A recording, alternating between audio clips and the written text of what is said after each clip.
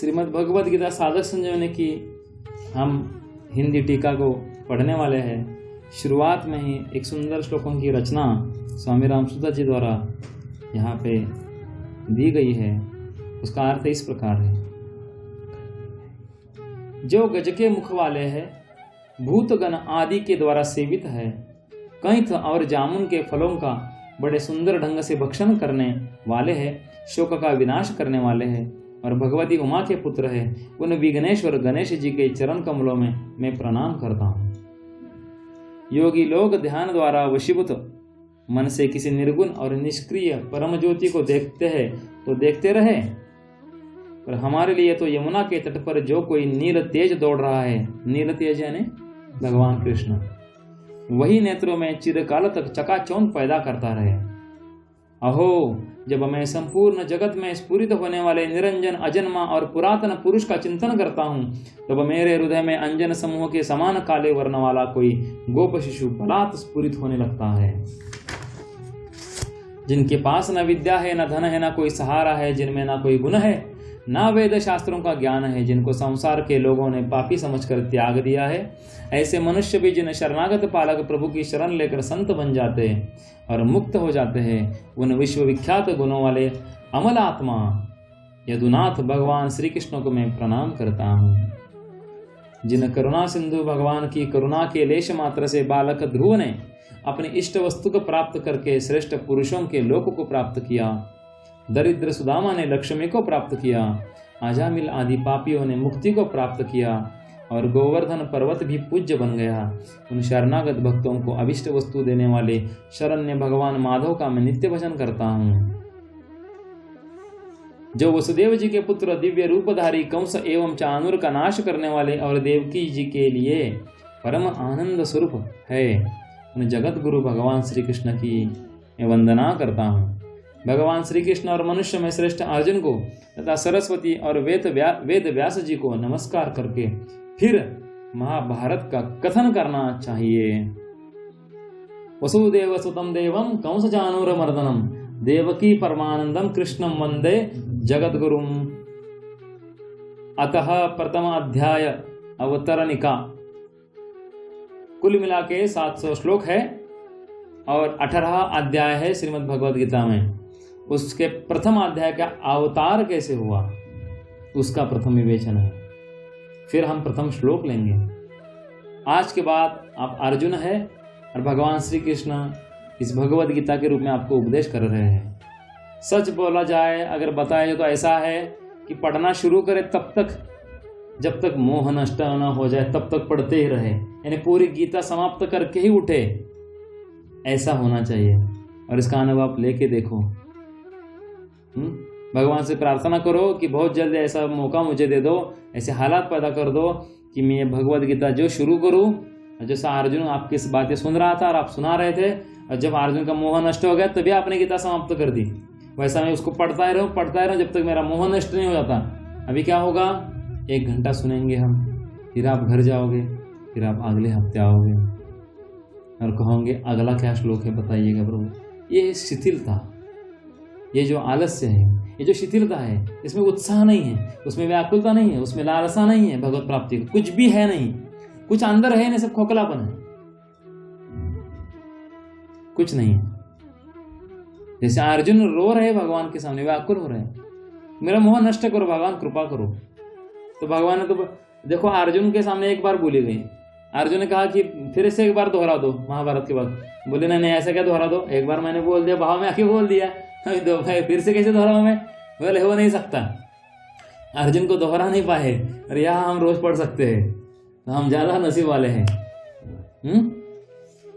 तो देखते हैं, पांडवों ने 12 वर्ष का वनवास और 1 वर्ष का अज्ञातवास समाप्त होने पर जब प्रतिज्ञा के अनुसार अपना आधा राज्य मांगा, तब दुर्योधन ने आधा राज्य तो क्या, तीखी सुई की नोक जितनी जमीन भी बिना युद्ध के देने स्वीकार नहीं की। सुई के नोक के ऊपर भी जितना जगह होती है उतनी भी जमीन में नहीं दूंगा। अतः पांडवों ने माता कुंती की आज्ञा के अनुसार युद्ध करना स्वीकार कर लिया। इस प्रकार पांडवों और कौरवों का युद्ध होना निश्चित हो गया और तद अनुसार दोनों ओर से युद्ध की तैयारी होने लगी। देखिए, ध्यान से सुनिएगा। भगवान ने आकर कह दिया अहिंसा परमो धर्म। और एक श्लोक आता है,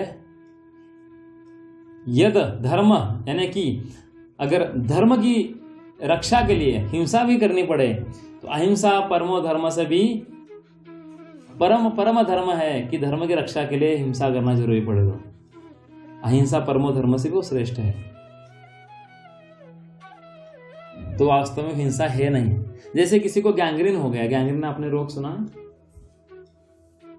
अब आप उसे कहो कि इसको संभाल के रखना चाहिए, ये भी अपना ही है, तो जीवित हानि हो जाएगी।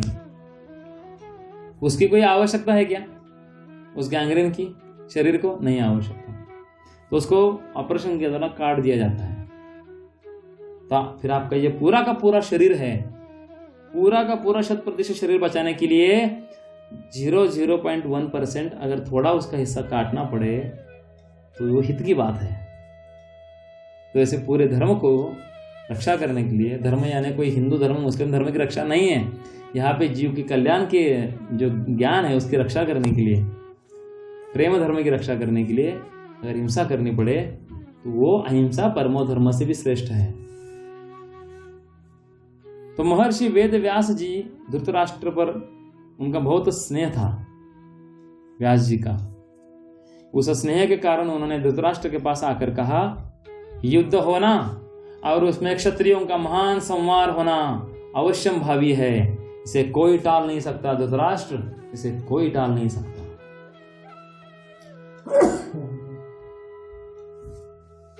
सत्य है। यदि तुम युद्ध देखना चाहते हो तो मैं तुम्हें दिव्य दृष्टि दे सकता हूं। अब आप क्या कीजिएगा, आप उस भाव में चले जाइएगा, तभी आपको एहसास हो जाएगा कि स्थिति क्या है। अभी आपके सामने स्थिति है कि आपके घर वाले, आपके बाहर वाले, आपके आसपास वाले, आपके प्यार, आप जिससे प्रेम करते हो, आप जिससे प्राण देना चाहते हो, उनका एक प्राण लेने का समय आया है। ऐसे हमारी स्थिति हो गई है। आप अपने घर के छोटे मोटे चिल्लर प्रॉब्लम को छोड़ दो, अभी जो समस्या है उसमें आप डूब जाओ। क्या अर्जुन मोहित हो गया है, युद्ध की पार्श्वभूमि सामने आंखों के सामने है, और अभी मुझे क्या करना है क्योंकि मैं स्वयं अर्जुन हूं, उस भाव में जाओ अभी आप। यदि तुम युद्ध देखना चाहते हो तो मैं तुम्हें दिव्य दृष्टि दे सकता हूं, जिससे तुम यही बैठे बैठे युद्ध को अच्छी तरह से देख सकते हो। इस पर धृतराष्ट्र ने कहा, मैं तो जन्म भर अंधा रहा, अब अपने कुल के संहार को मैं देखना ही नहीं चाहता, परंतु युद्ध कैसे हो रहा है ये समाचार मैं जरूर सुनना चाहता हूं। तब व्यास जी ने कहा कि मैं संजय को दिव्य दृष्टि देता हूं, जिससे यह संपूर्ण युद्ध को, संपूर्ण घटनाओं को, सैनिकों के मन में आई हुई बातों को भी जान लेगा, सुन लेगा, देख लेगा और सब बातें तुम्हें सुना भी देगा। ऐसा कहकर व्यास जी ने संजय को दिव्य दृष्टि प्रदान की है। साधक संजय में खास एक बात आई हुई है, अर्जुन और कृष्ण के संवाद के बारे में टिकाई हुई है, परंतु यह संजय दोनों को भी देख रहा है। कृष्ण के प्रेम को उमड़ते हुए देख रहे हैं अर्जुन के ऊपर, लेकिन अर्जुन उसको देख नहीं पा रहे हैं, क्योंकि अर्जुन अपनी समस्या में फंसे हुए हैं, जिज्ञासा की स्फूर्ति में फंसे हुए हैं। और अर्जुन की जो स्थिति है, जो कृष्ण तो देख रहे हैं, लेकिन एक साक्षी करके संजय कृष्ण को भी देख रहे हैं, अर्जुन को भी देख रहे हैं, और दोनों के भावों को भी संजय देख रहे, पढ़ रहे हैं। और उनका जो भाव है संजय का, जो संजय ऑब्जर्व कर रहे हैं, उसको साधक संजय ने उन्होंने प्रकट किया है। ये किसी टीका में हुआ नहीं। आगे, निश्चित समय के अनुसार कुरुक्षेत्र में युद्ध आरंभ हुआ। 10 दिन तक संजय युद्ध स्थल में ही रहे। जब पितामह भीष्म बाणों के द्वारा रथ से गिरा दिए गए, तब संजय ने हस्तिनापुर में, जहां धृतराष्ट्र विराजमान थे, वहां आकर धृतराष्ट्र को यह समाचार सुनाया। इस समाचार को सुनकर धृतराष्ट्र को बड़ा दुख हुआ, वे विलाप करने लगे। फिर उन्होंने संजय से युद्ध का सारा वृत्तांत सुनाने के लिए कहा। भीष्म पर्व के 24वें अध्याय तक संजय ने युद्ध संबंधी बातें धृतराष्ट्र को सुनाई, और 25वें अध्याय के आरंभ में धृतराष्ट्र संजय से पूछते हैं। तो यहाँ पे उन्होंने बताया है कि महाभारत में कुल 18 पर्व है। उन पर्वों के अंतर्गत कई अवान्तर पर्व भी है। उनमें से भीष्म पर्व के अंतर्गत यह श्रीमद् भगवद गीता पर्व है। ध्यान से सुनिएगा। महाभारत में कुल कितने पर्व है? 18। उन पर्वों के अंतर्गत भी कई अवान्तर पर्व, उप पर्व है। उनमें से भीष्म पर्व के अंतर्गत यह श्रीमद् भगवत गीता पर्व आता है, जो भीष्म पर्व के 13वें अध्याय से आरंभ होकर 42वें अध्याय में समाप्त होता ही गीता, जो महाभारत के अंदर है। वैशंपायन और जनमेजय के संवाद के अंतर्गत धृतराष्ट्र संजय संवाद है, और धृतराष्ट्र तथा संजय के संवाद के अंतर्गत श्री कृष्ण अर्जुन संवाद है। महाभारत में वैशंपायन और जनमेजय का संवाद चल रहा है, उसमें उनकी चर्चा चल रही है। धृतराष्ट्र और संजय एक दूसरे से क्या बात कर रहे हैं, और धृतराष्ट्र और संजय एक दूसरे से क्या बात कर रहे हैं, उसमें संजय धृतराष्ट्र से बता रहे हैं कि अर्जुन कृष्ण से क्या बात कर रहे हैं, और हम वो बात आपसे कर रहे हैं अभी। जैसे भागवत में आप देखो, शुरुआत होती है सुखदेव जी परीक्षित बात कर रहे हैं, दोनों ही बात कर रहे हैं। फिर बाद में सुखदेव जी कहते हैं भीष्मदेव युधिष्ठिर से ये बात कर रहे हैं, फिर भीष्मदेव और कोई कथा सुनाएंगे, फिर उस कथा में कोई किसी से क्या बात कर रहा है, फिर उनकी बातें चलेगी। ऐसे ऐसे विंडोज जैसे कंप्यूटर में बहुत सारे विंडोज होते हैं ना, वैसे भागवत में बहुत सारे विंडोज है, सारे विंडोज है। संजय का जन्म, संजय जो है उनका जन्म गवलगन नामक सूत से हुआ था। ये मुनियों के समान ज्ञानी और धर्मात्मा थे, और ये धृतराष्ट्र के मंत्री थे। धृतराष्ट्र को साधारण मत समझिएगा, वो जो राजा दिए ना हस्तिनापुर, पूरे पृथ्वी लोक के राजा थे वो। वैसे पांडु राजा थे पूरे पृथ्वी लोक के एकमात्र राजा, सार्वभौम। लेकिन पांडु राजा ने शरीर छोड़ने से पहले कहा, जैसा कि शास्त्र का नियम है कि उनका जो भाई है धृतराष्ट्र, वो कुछ समय के लिए बैठ सकता है, छोटा भाई होने के कारण।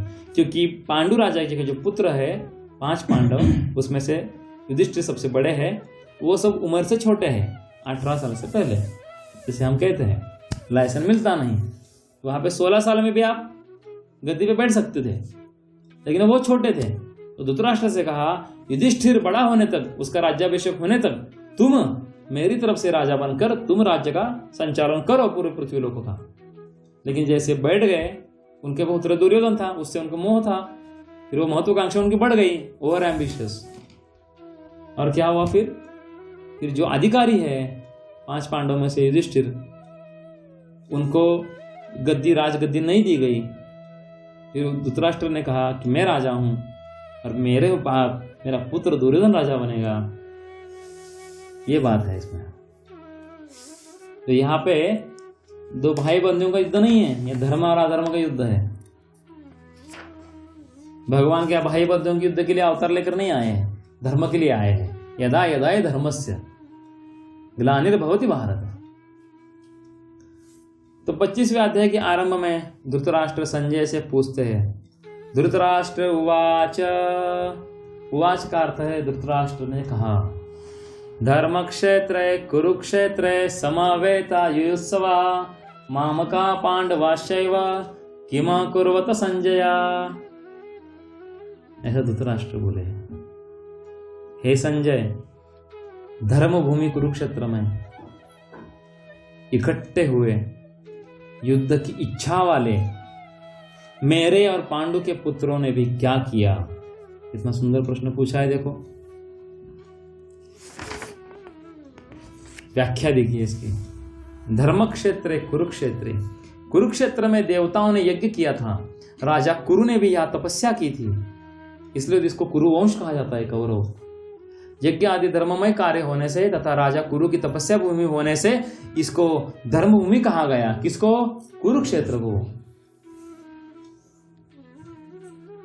आगे आएगा शायद, देवताओं ने आशीर्वाद दिया कि इस धर्म क्षेत्र को, यह धर्म की ही विजय होगी, अधर्म की विजय यह कदापि नहीं होगी।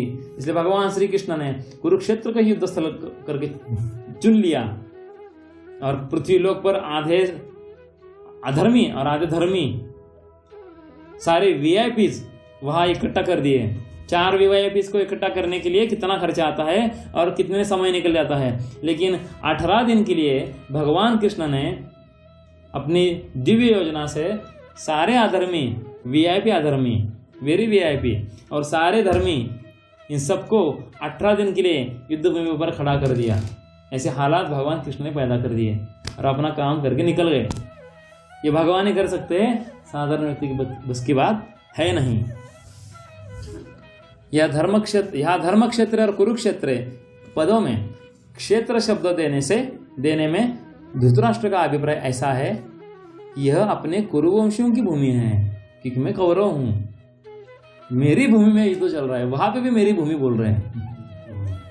यह केवल लड़ाई की भूमि ही नहीं है, बल्कि तीर्थ भूमि है, जिसमें प्राणी जीते जी पवित्र कर्म करके अपना कल्याण कर सकते हैं। इस तरह लौकिक यानी सांसारिक और पारलौकिक सब तरह का लाभ हो जाए, ऐसा विचार करके और श्रेष्ठ पुरुषों की सम्मति लेकर ही युद्ध के लिए यह भूमि चुनी गई है। संसार में प्राय 3 बातों को लेकर ही लड़ाई होती है: भूमि, धन और स्त्री। भूमि, धन और स्त्री, चौथी बात है नहीं। तो आप कहोगे कि फिर स्त्री का विषय नहीं, भूमि का विषय नहीं, फिर धन का विषय जरूर होगा लड़ाई में। आप कहोगे धन का विषय नहीं, स्त्रियों का नहीं, तो भूमि का विषय जरूर होगा। कुछ ना कुछ तो कहीं ना कहीं उसका संबंध होगा। इन तीनों में भी राजाओं का आपस में लड़ना मुख्यतः जमीन को लेकर होता है। दुर्भाग्य से आज लोग जमीन बेच रहे हैं, किसान। पहले वो बेचते नहीं थे पुराने जमाने में, ऐसे ही वंश परंपरा से आगे चलती थी। यहाँ कुरुक्षेत्र पद देने का तात्पर्य भी जमीन को लेकर लड़ने में है। कुरुवंश में धृतराष्ट्र और पांडु के पुत्र सब एक हो जाते हैं। इस कुरुवंश में पांडु के पुत्र और धृतराष्ट्र के पुत्र दोनों कुरुवंशी है। पांडव भी कौन है? मूल में कुरुवंशी है। कुरुवंशी होने से दोनों का कुरुक्षेत्र में अर्थात राजा कुरु की जमीन पर समान हक लगता है। इसलिए कौरवों द्वारा पांडवों को उनकी जमीन न देने के कारण दोनों जमीन के लिए लड़ाई करने के लिए आए हुए हैं। यद्यपि अपनी भूमि होने के कारण दोनों के लिए कुरुक्षेत्र पद देना युक्ति संगत, न्याय संगत है। तथापि हमारी सनातन वैदिक संस्कृति ऐसी विलक्षण है कि कोई भी कार्य करना होता है तो वह धर्म को सामने रखकर ही होता है, किसी क्षेत्र को सामने रखकर नहीं। युद्ध जैसा कार्य भी धर्मभूमि, तीर्थ भूमि में ही करते हैं, जिससे युद्ध में मरने वालों का उद्धार हो जाए, कल्याण हो जाए। अतः यह कुरुक्षेत्र के साथ धर्म क्षेत्र पद आया है। भगवान ने अर्जुन से कहा था, अगर तुम इनको अभी नहीं मारोगे तो इनकी वृत्ति पाप करने की हो गई है, और सब तुम्हें मार देंगे और इतना पाप करेंगे कि इनका पाप का प्रायश्चित करने के लिए भी वो जगह नहीं बचेगी। मुझे उनका कल्याण करना चाहूंगा मैं, तब भी उनका उतना उनके पास बल नहीं होगा, उनके पास सुकृति नहीं होगी, उतना उनका भाग्य नहीं होगा। इसलिए अर्जुन तो अभी उनको मार ले, ताकि उनका जो क्या है खंडित हो जाए, उनका पाप करने की प्रवृत्ति, ताकि मैं उनका उद्धार कर सकूं। ये बात है। यहाँ आरंभ में धर्म पद से एक और बात भी मालूम होती है। अगर आरंभ के धर्म पद में धर लिया जाए, पहला श्लोक कौन सा है? धर्म क्षेत्र कुरुक्षेत्र, पहला अक्षर क्या है? ध। और 18वें अध्याय के अंतिम श्लोक के जो अंतिम शब्द है वो है म। पूरी गीता धर्म में बिठा दी गई। तो अंतिम श्लोक के मम पदों में से म लिया जाए तो धर्म शब्द बन जाता है। अतः संपूर्ण गीता धर्म के अंतर्गत है। अर्थात धर्म का पालन करने से गीता के सिद्धांतों का पालन हो जाता है, और गीता के सिद्धांतों के अनुसार कर्तव्य कर्म करने से धर्म का अनुष्ठान हो जाता है। इन धर्म क्षेत्र कुरुक्षेत्र पदों से सभी मनुष्यों को यह शिक्षा लेनी चाहिए कि कोई भी काम करना हो तो वह धर्म को सामने रखकर ही करना चाहिए। प्रत्येक कार्य सबके हित की दृष्टि से करना चाहिए, केवल अपने सुख आराम की दृष्टि से नहीं। और कर्तव्य अकर्तव्य के विषय में शास्त्रों को सामने रखना चाहिए। कर्तव्य यानी क्या करे, अकर्तव्य यानी क्या ना करे। एक शब्द हो गया। अब दूसरा, धर्म क्षेत्रे कुरुक्षेत्रे समवेता युयुत्सवा। अभी समवेता युयुत्सवा, राजाओं के द्वारा बार बार संधि का प्रस्ताव रखने पर भी दुर्योधन ने संधि करना स्वीकार नहीं किया। इतना ही नहीं, भगवान कृष्ण के कहने पर भी मेरे पुत्र दुर्योधन ने स्पष्ट कह दिया कि बिना युद्ध के मैं तीखी सुई की नोक जितनी जमीन भी पांडवों को नहीं दूंगा, नहीं दूंगा, नहीं दूंगा। तब मजबूर होकर पांडवों ने भी युद्ध करना स्वीकार किया है। क्यों? अपने लिए नहीं, पांडव क्षत्रिय है और क्षत्रिय का प्रथम कर्तव्य क्या है? धर्म की रक्षा करना। तो उन्होंने धर्म के लिए पांडवों ने युद्ध किया, अपने लिए नहीं। क्योंकि एक व्यक्ति ने पूछा था हमें सवाल कि हमारे भी जमीन जायदाद के केसेस चल रहे हैं और हम उनको भी पनिशमेंट देना चाहते हैं हमारे भाई बंधुओं को। क्यों? क्योंकि अर्जुन युद्ध नहीं करना चाहता, भगवान ने कहा युद्ध कर। तो उसे कहना पड़ा, देखो अर्जुन में सहिष्णुता थी, दया प्रेम भाव था। अर्जुन ने शुरुआत यहाँ से की थी कि चाहे तो ये इस सुख का उपभोग ले, लेकिन मैं यहाँ से जंगल में जाके संन्यास लेता हूँ त्याग करके। उसकी त्याग वृत्ति थी, और आप भोग वृत्ति से बोल रहे हो। हाँ, जीव इतना मोह में जीव रहता है कि गीता का भी अर्थ भी अपने ही प्राकृतिक बुद्धि से सांसारिक सुख की हिसाब से ही लेता है। अगर अभी आज के बाद सुनने वाला हर श्रोता अपने को आत्मा की स्थिति में रख करके, मैं आत्मा हूं, शरीर और शरीर से संबंधित जितने भी घर के बाहर के नाते संबंध है, अपने हालात है, उनको सबको बाजू में रखो, आत्मा करके इसको सुनो, समझो और स्वीकार करो, तभी गीता का वास्तविक अर्थ समझ में आएगा। तब मजबूर होकर पांडवों ने भी युद्ध करना स्वीकार किया है। इस प्रकार मेरे पुत्र और पांडु पुत्र दोनों ही सेनाओं के सहित युद्ध की इच्छा से इकट्ठे हुए हैं।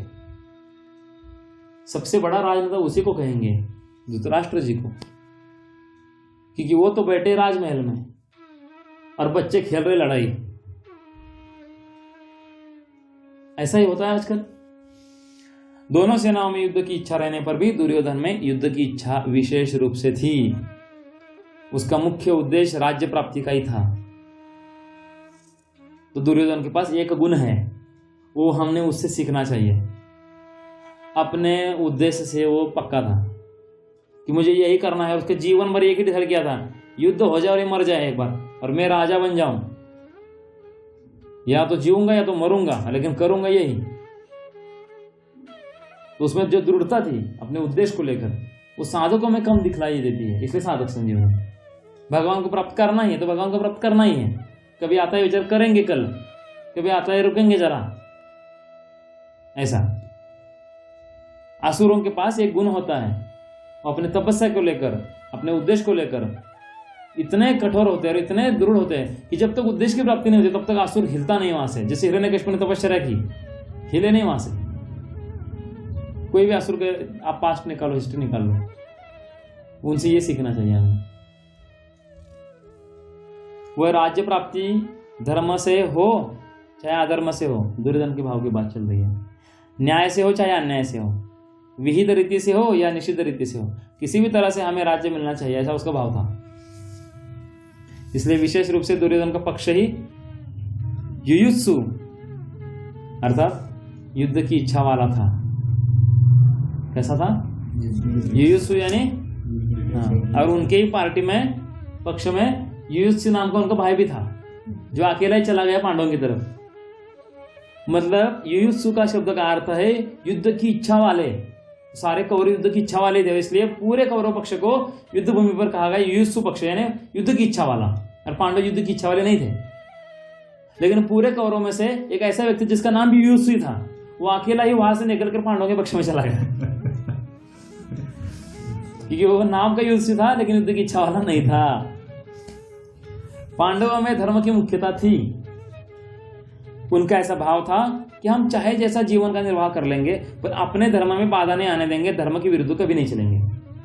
इस बात को लेकर महाराज युधिष्ठिर युद्ध नहीं करना चाहते थे, परंतु जिस मां की आज्ञा से युधिष्ठिर ने चारों भाइयों सहित द्रौपदी से विवाह किया था, उस मां की आज्ञा होने के कारण ही महाराज युधिष्ठिर की युद्ध में प्रवृत्ति हुई। अर्थात केवल मां के आज्ञा पालन रूप धर्म से ही युधिष्ठिर युद्ध की इच्छा वाले हुए हैं। तात्पर्य है कि दुर्योधन आदि तो राज्य को लेकर ही युयुत्सु थे, और पांडव धर्म को लेकर युयुत्सु बने थे। और जो कौरवों में जो युयुत्सु थे वो धर्म से प्रेम करते थे, इसलिए वो युयुत्सु वहां से निकलकर पांडवों में चले गए। देखिए माता कुंती जो थी बड़ी सहिष्णु थी, सबसे प्रेम भाव था, दया भाव था। कष्ट से बचकर सुख आराम राज्य आदि चाहना, यह बात उसमें नहीं थी। कौन थी कुंती माता? राजमाता थी। किसकी? पूरे पृथ्वीलोक की राजमाता थी। 7 माताएं होती है, जन्म देने वाली माता, गौ माता, राजमाता, भूमाता, जो हमारे दाई होती है, दाई यानी दाई कहते हैं ना उसको, दाई, वो भी हमारी माता होती है। जैसे गंगा माता है, 7 प्रकार की माताएं हैं। गाय को बोला ना मैंने, गौ माता, ऐसे 7 माताएं होती है। तो कुंती पूरे पृथ्वी लोक की माता थी। और अपने बच्चों पर अन्याय ना हो, भविष्य में जाके आने वाली पीढ़ियों पे अन्याय ना हो, अनाचार अधर्म ना हो, सारे नष्ट भ्रष्ट ना हो, उस चिंता से, उस उद्देश्य से अपने पुत्र युधिष्ठिर को आदेश किया कि तुम्हें युद्ध करना पड़ेगा। ठीक 500 साल पहले जिजा माता ने अपने पुत्र जो 15 साल का था उसको आदेश दिया शिवाजी महाराज को कि जा, युद्ध करना है तुझे धर्म के लिए, वापस मत आना, या तो वही मर जाना या तो जीत के आ जाना, धर्म युद्ध है। आजकल कोई ऐसी माँ कहेगी, बोले कि सब मर जाए तो जाए, तू पहला घर वापस आ जाना, पहले तो युद्ध में जाना ही मत। क्यों? ममता, माया यानी मैं, ममता यानी मेरा। तो आगे तो उसमें सुख लोलुपता थी नहीं। तो वही एक ऐसी विलक्षण माता थी जिसने भगवान से विपत्ति का वरदान मांगा था। क्या मांगा था कुंती ने? दुख दे दो, विपत्ति दे दो। विपदा संतु शाश्वतः तत्र तत्र जगत गुरु, ऐसा उसने बोला था भगवान कृष्ण को। विपदा संतु शाश्वतः तत्र तत्र जगत गुरु, बहुतो दर्शनम यस्याद न पुनर्भव दर्शनम। कुंती माता ने कहा है कि आप मुझे बार बार विपदा और दुख रोज देते रहो अखंड रूप से, ताकि दुख आना यानी आपको याद रखना, और आप याद रखना यानी इस जगत को ना देखना। ऐसा कुंती माता ने वरदान मांगा था। उसमें सुख की लोलुपता नहीं थी, परंतु उसके मन में 2 बातों को लेकर बड़ा दुख था। पहली बात, राज्य के लिए कौरव पांडव आपस में लड़ते, चाहे जो करते, पर मेरी प्यारी जो पुत्रवधू द्रौपदी को इन्हें दुर्योधन आदि दुष्टों ने सभा में नग्न करना चाहा, अपमानित करना चाहा, ऐसी घृणित चेष्टा करना मनुष्यता नहीं है। यह बात माता कुंती को बहुत बुरी लगी।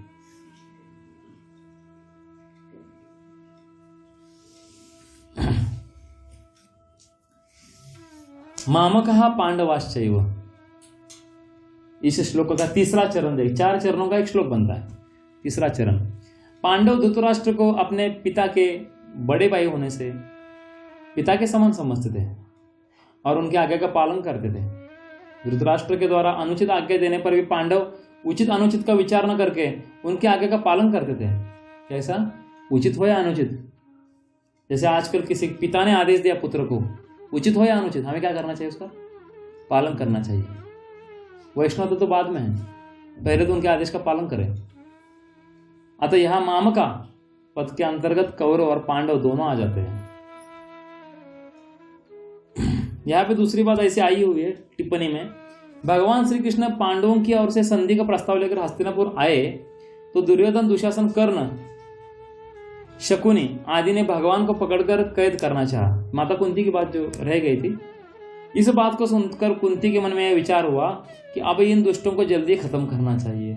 2 बातें, द्रौपदी को वस्त्रहरण की भूमिका और कृष्ण को बंदी बनाने की भूमिका, कारण कि इनके जीते रहने से इनके पाप बढ़ते ही चले जाएंगे, जिससे इनका बहुत नुकसान होगा। इन्हें 2 कारणों से माता कुंती ने पांडवों को युद्ध के लिए आज्ञा दी थी। क्या गलत था? बहुत जरूरी था। देखिए, जब जब युद्ध जरूरी होता तब तक वो होना चाहिए। नहीं होगा तो उसके बाद हजारों साल तक रोज लोग मरते रहेंगे, रोज रक्तपात होता रहेगा।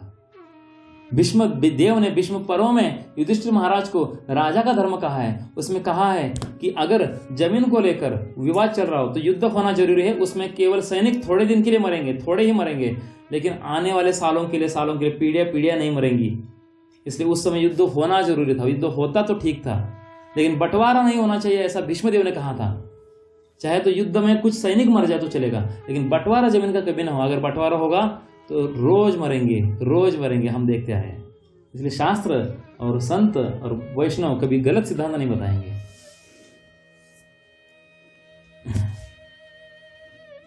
तो यद्यपि कौरव शब्द के अंतर्गत धृतराष्ट्र के पुत्र दुर्योधन आदि और पांडु के पुत्र युधिष्ठिर आदि सभी आ जाते हैं, तथापि इस श्लोक में धृतराष्ट्र ने युधिष्ठिर आदि के लिए पांडव शब्द का प्रयोग किया है, जानबूझकर भेद कर दिया। अतः व्याख्या में कौरव शब्द दुर्योधन आदि के लिए दिया गया है, यानी उनको हटा ही दिया उनको या वहां से। इस कारण उन्होंने अपने पुत्रों के लिए माम कहा और पांडु पुत्रों के लिए पांडव पद का प्रयोग किया है, यानी ईर्ष्या और द्वेष, मैं मेरा, क्योंकि जो भाव भीतर होते हैं वे ही प्राय व्यक्ति के वाणी से बाहर निकलते हैं। जो भाव आपके भीतर होते हैं वही आपके वाणी से बाहर निकलते हैं। इसे द्वैधी भाव के कारण ही धृतराष्ट्र को अपने कुल के संहार का दुख भोगना पड़ा। इससे मनुष्य मात्र को यह शिक्षा लेनी चाहिए कि वह अपने घरों में, मोहल्लों में, गांवों में, प्रांतों में, देशों में, सांप्रदायों में द्वैधी भाव अर्थात ये अपना है ये दूसरा है, यह सब भाव न रखे। कारण कि द्वैधी भाव से आपस में प्रेम स्नेह नहीं होता बल्कि कलह होता है। यहाँ पांडव पद के साथ एव पद देने का तात्पर्य है कि पांडव तो बड़े धर्मात्मा है, अतः उन्हें युद्ध नहीं करना चाहिए, ऐसा धृतराष्ट्र की इच्छा है। क्या है धृतराष्ट्र की इच्छा? पांडवों ने युद्ध नहीं करना चाहिए, वो धर्म का पालन करने वाले हैं। परंतु वे भी युद्ध के लिए रणभूमि में आ गए, तो वहां आकर उन्होंने क्या किया संजय? अंदर के जो भाव है ना बराबर व्यक्त किया जा रहा है यहाँ पे। मामका और पांडवा,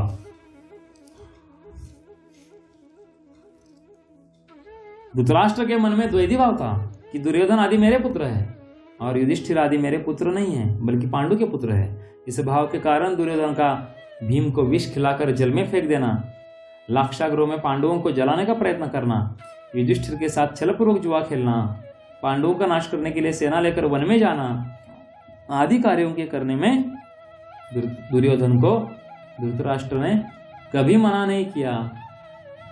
कारण कि उनके भीतर यही भाव था कि अगर किसी तरह पांडवों का नाश हो जाए तो मेरा बेटे का राज्य सुरक्षित रहेगा, दुर्योधन राजा बनेगा।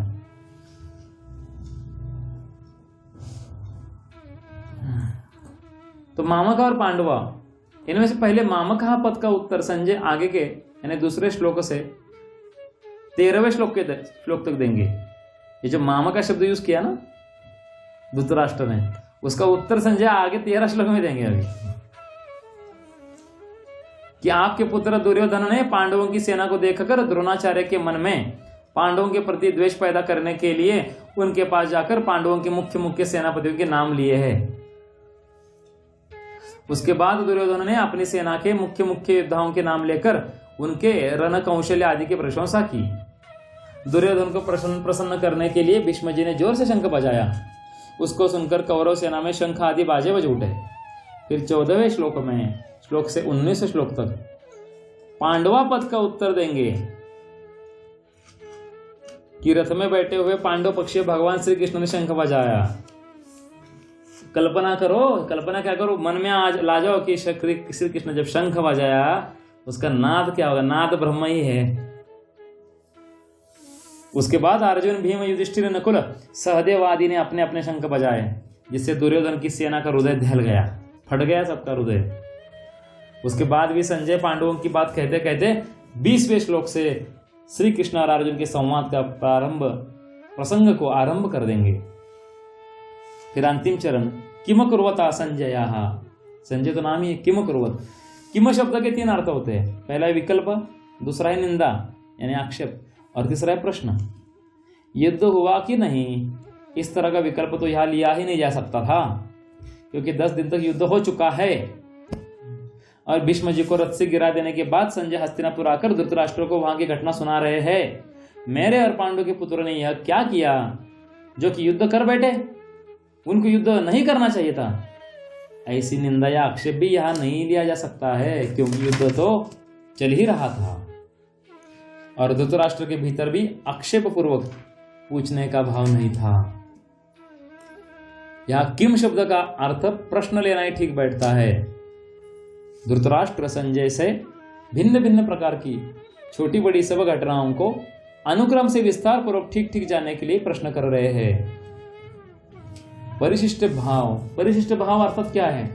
स्वामी रामसुदास जी के महाराज जी के हृदय में वो जो प्रसंग चल रहा है, वहां के जो आंतरिक बहुत गुह्य भाव है, जो किसी टीका में प्रकट नहीं हो पाए, उन्होंने इस परिशिष्ट भाव में व्यक्त कर दिया बाद में। परिशिष्ट भाव, मेरे पुत्र यानी मामका और पांडु के पुत्र यानी पांडवा, इस मतभेद से ही राग द्वेष पैदा हुए। राग यानी आकर्षण, द्वेष यानी उसमें बाधा, जिससे लड़ाई हुई, हलचल हुई। धृतराष्ट्र के भीतर पैदा हुए राग द्वेष का फल यह हुआ। राग द्वेष किसका? धृतराष्ट्र का। और फल क्या हुआ कि 100 के 100 कौरव मारे गए, पर पांडव एक भी नहीं मारा गया। और मारे गए कितने? 64 करोड़ मारे गए। लोग कहते हैं पॉपुलेशन बढ़ रही है, कम करनी चाहिए। पॉपुलेशन इज नॉट प्रॉब्लम, क्योंकि कृष्ण का नाम है विश्वम्बर। क्योंकि हम कहते हैं एक हाथी 200 किलो खाता है एक टाइम पे सुबह, अभी शाम को फिर 200 किलो खाता है हाथी। उसका खाना कौन देता है? आदमी तो खाता है 50 ग्राम 100 ग्राम। यहाँ पे भगवान का नाम है विश्वम्भर। पॉपुलेशन समस्या नहीं है, क्योंकि 64 करोड़ तो क्षत्रिय मारे गए। ब्राह्मण तो चिंता में थे, प्रार्थना कर रहे थे, साधन भजन कर रहे थे कि धर्म का युद्ध में धर्म की जीत हो। ब्राह्मण थे, वैश्य थे, शूद्र थे, वो तो नहीं थे युद्ध में। युद्ध में तो क्षत्रिय होते। तो जो बचे हुए धर्म पक्ष के वो तो अलग है। मारे गए 64 करोड़। उस समय पॉपुलेशन कितनी होगी सोचो आप। तो चिंता हमें नहीं करनी किसी बात की। चिंता करने वाले भगवान बैठे, सिस्टम कैसे चलाना है। हमें अपना सिस्टम ठीक करने के लिए भगवान ने गीता बताई है। जैसे दही बिलोते हैं तो उसमें हलचल पैदा होती है, जिससे मक्खन निकलता है। ऐसे मामकहा और पांडवहा इनके भेद से पैदा हुई हलचल से अर्जुन के मन में कल्याण की अभिलाषा जागृत हुई है, जिससे भगवत गीता रूपी मक्खन निकला है। राग द्वेष किसका? धृतराष्ट्र का। संबंध धृतराष्ट्र के प्रश्न का उत्तर संजय आगे के श्लोक से देना आरंभ करते हैं। अब कौन का बोले गएंगे? संजय उवाच दृष्ट्वा तु पांडवानीकं व्यूढ़ं दुर्योधनस्तथा आचार्यम् उपसंगम्य राजा वचनम अब्रवीत। क्या कहते हैं? संजय बोले, उस समय वज्रव्यूह से खड़ी हुई पांडव सेना को देखकर और द्रोणाचार्य के पास जाकर राजा दुर्योधन यह वचन बोला। अभी राजा शब्द क्यों यूज किया उन्होंने? धृतराष्ट्र को अच्छा लग रहा है, दुर्योधन को कोई राजा बोलता है तो आयु बढ़ती है, अच्छा लगता है। ये संजय जी साधारण है क्या? शब्दों से सामने वाले को कैसे खुश रखना है, अब खुश भी रखना है और अभी उसको दवा भी पिलानी है। अभी दोनों काम करेंगे संजय। अभी शक्कर भी खिलाएंगे, दवा भी पिलाएंगे। अभी व्याख्या देखो। तदा, जिस समय दोनों सेना युद्ध के लिए खड़ी हुई थी, उस समय का बात संजय या तदा पद से कहते हैं, कारण कि धृतराष्ट्र का प्रश्न युद्ध की इच्छा वाले मेरे और पांडव के पुत्रों ने क्या किया, इस विषय को सुनने के लिए है। दृष्ट्वा पांडवानेकम द्विडम, इस अध्याय में 3 बार दृष्ट्वा देखकर, दृष्टवा ने देखकर इस पद का प्रयोग हुआ है। पांडव सेना को देखकर दुर्योधन का द्रोणाचार्य के पास जाना, कौरव सेना को देखकर अर्जुन का धनुष को उठाना और अपने स्वजनों यानी कुटुंबियों को देखकर अर्जुन का मोहाविष्ट होना। इन तीनों में से 2 दृष्टवा यानी देखकर शब्दों तो आपस में सेना देखने के लिए आए हैं, और एक दृष्टवा यानी स्वजनों को देखने के लिए आया है, जिससे अर्जुन का भाव बदल जाता है। पांडवों की वज्रव्यूह से खड़ी सेना को देखने का तात्पर्य है कि पांडवों की सेना बड़ी ही सुचारू रूप से और एक ही भाव से खड़ी थी, अर्थात उनके सैनिकों में 2 भाव नहीं थे, मतभेद नहीं था। कौरव सेना में तो मतभेद था, क्योंकि दुर्योधन दुशासन आदि तो युद्ध करना चाहते थे, परंतु भीष्म, द्रोण, विकर्ण आदि युद्ध नहीं करना चाहते थे।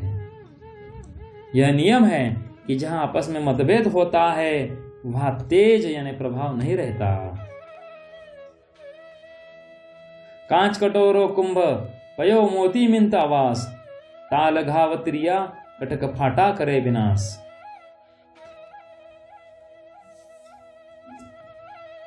उनके पक्ष में धर्म और भगवान कृष्ण थे पांडवों के, जिसके पक्ष में धर्म और भगवान होते हैं उसका दूसरों पर बड़ा असर पड़ता है। इसलिए संख्या में कम होने पर भी पांडवों की सेना का तेज यानी प्रभाव था और उसका दूसरों पर बड़ा असर पड़ता था। अतः पांडव सेना का दुर्योधन पर भी बड़ा असर पड़ा, जिससे वह द्रोणाचार्य के पास जाकर नीतियुक्त गंभीर वचन बोलता है। कौन? राजा दुर्योधन। दुर्योधन को राजा कहने का तात्पर्य है कि धृतराष्ट्र का सबसे अधिक अपनापन यानी मोह, अपनापन का दूसरा अर्थ क्या है? मोह दुर्योधन में ही था। परंपरा की दृष्टि से भी युवराज दुर्योधन ही था। राज्य के सब कार्यों की देखभाल दुर्योधन ही करता था। धृतराष्ट्र तो नाम मात्र के राजा थे। ये एक चिंता थी कुंती महारानी को, ये नाम के राजा है, काम के राजा तो दुर्योधन है। युद्ध होने में भी मुख्य तो दुर्योधन ही था। इन सभी कारणों से संजय ने दुर्योधन के लिए राजा शब्द का प्रयोग किया है, ताकि धृतराष्ट्र के जले हुए हृदय को बर्फ जैसे ठंडक मिले, ताकि वो आगे की बातें समझने की क्षमता रखे।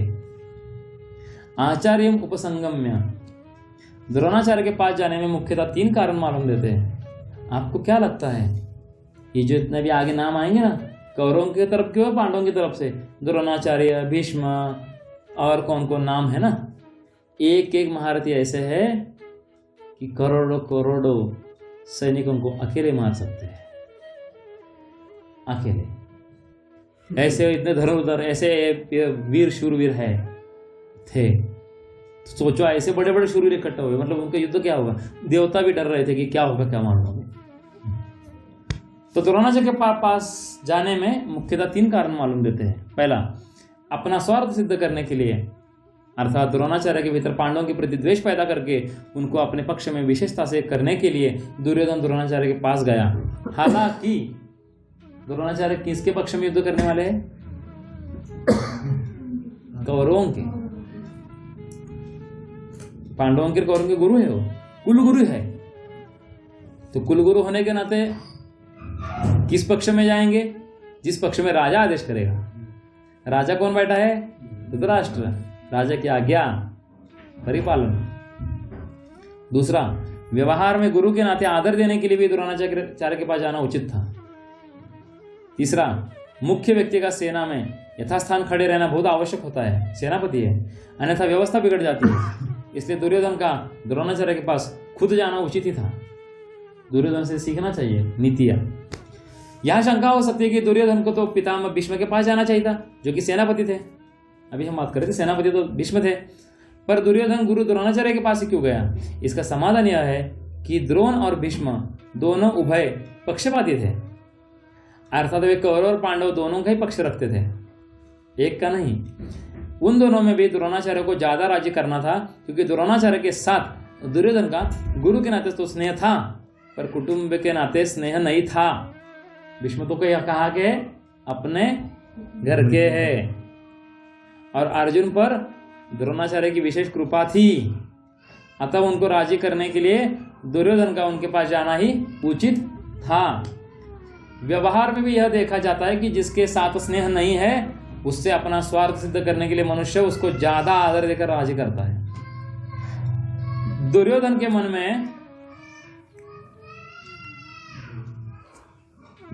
मन में विश्वास था कि भीष्म जी तो हमारे दादाजी है। आवाज आता है। दुर्योधन के मन में विश्वास था कि भीष्म जी तो हमारे कौन है? दादाजी है। अतः उनके पास न जाओ तो भी कोई बात नहीं है। न जाने से अगर वे नाराज भी हो जाएंगे तो मैं किसी भी तरह से उनको राजी कर लूंगा बाद में। I will manage. कारण कि पितामह भीष्म के साथ दुर्योधन का कौटुंबिक संबंध और स्नेह था ही। भीष्म का भी उसके साथ कौटुंबिक संबंध और स्नेह था। इसलिए भीष्म जी ने दुर्योधन को राजी करने के लिए जोर से शंख बजाया है। ऐसा बजाया जोर से भीष्म जी ने, और दुर्योधन की तरफ देखा, अब तो ठीक है ना। क्योंकि क्या है कि भीष्मदेव अनुकूल नहीं थे, लेकिन फिर भी साथ दे ही रहे थे। भीष्मदेव को कितनी बार कहा होगा दुर्योधन ने, दादाजी आप मेरे सुनते नहीं हैं। बोले पूरा जीवन चला गया तेरी सुनते आया हूं। बोले आप मुझे समझते नहीं हैं। बोले पूरा जीवन भर तुझे ही समझते आया हूं, पांडवों को समझने की जरूरत नहीं पड़ी मुझे। तो बोले कुछ गलती हुई तो मुझे माफ कर दो। तो भीष्मदेव जी ने कहा जीवन में और एक काम करते आया हूं, तुझे रोज माफ ही करते आया हूं और कुछ किया ही नहीं। वचनम अब्रवीत, यहाँ अब्रवीत कहना ही पर्याप्त था, क्योंकि अब्रवीत क्रिया के अंतर्गत ही वचनम आ जाता है। अर्थात दुर्योधन बोलेगा तो वचन ही बोलेगा। वचन बोलेगा मतलब जो मुख्य बात है वही बोलेगा, कुछ भी नहीं बोलने के लिए जगह है वो। इसलिए यह वचनम शब्द की आवश्यकता नहीं थी। फिर भी वचनम शब्द देने का तात्पर्य है कि दुर्योधन नीति युक्त गंभीर वचन बोलता है, जिससे द्रोणाचार्य के मन में पांडवों के प्रति द्वेष पैदा हो जाए और वे हमारे ही पक्ष में रहते हुए ठीक तरह से युद्ध करें, जिससे हमारी विजय हो जाए, हमारा स्वार्थ सिद्ध हो जाए। उद्देश्य नहीं, क्या स्वार्थ सिद्ध हो जाए। तो अगला श्लोकों का इसे संबंध क्या है? द्रोणाचार्य के पास जाकर दुर्योधन क्या वचन बोला, इसको आगे के श्लोक में बताते हैं। ऐसा मैं संबंध बताता जाऊंगा तो महीना भर साधना चलती रहेगी हमारी और रुकेगी नहीं। लेकिन वही हो एक दिन ऐसा बहुत जल्दी अखंड रूप से पाठ हो जाए, फिर देख लेना कि क्या स्थिति हो जाती है। ये भी छोटा है क्या? चलो इसको भी ले लेते हैं हम। द्रोणाचार्य के पास जाकर दुर्योधन क्या वचन बोला, इसको आगे के श्लोक में बताते हैं। पश्यताम पांडुपुत्राणाम आचार्य महतिम चमम व्यूढ़ाम द्रुपद पुत्रेण तव शिष्येन धीमता। हे आचार्य,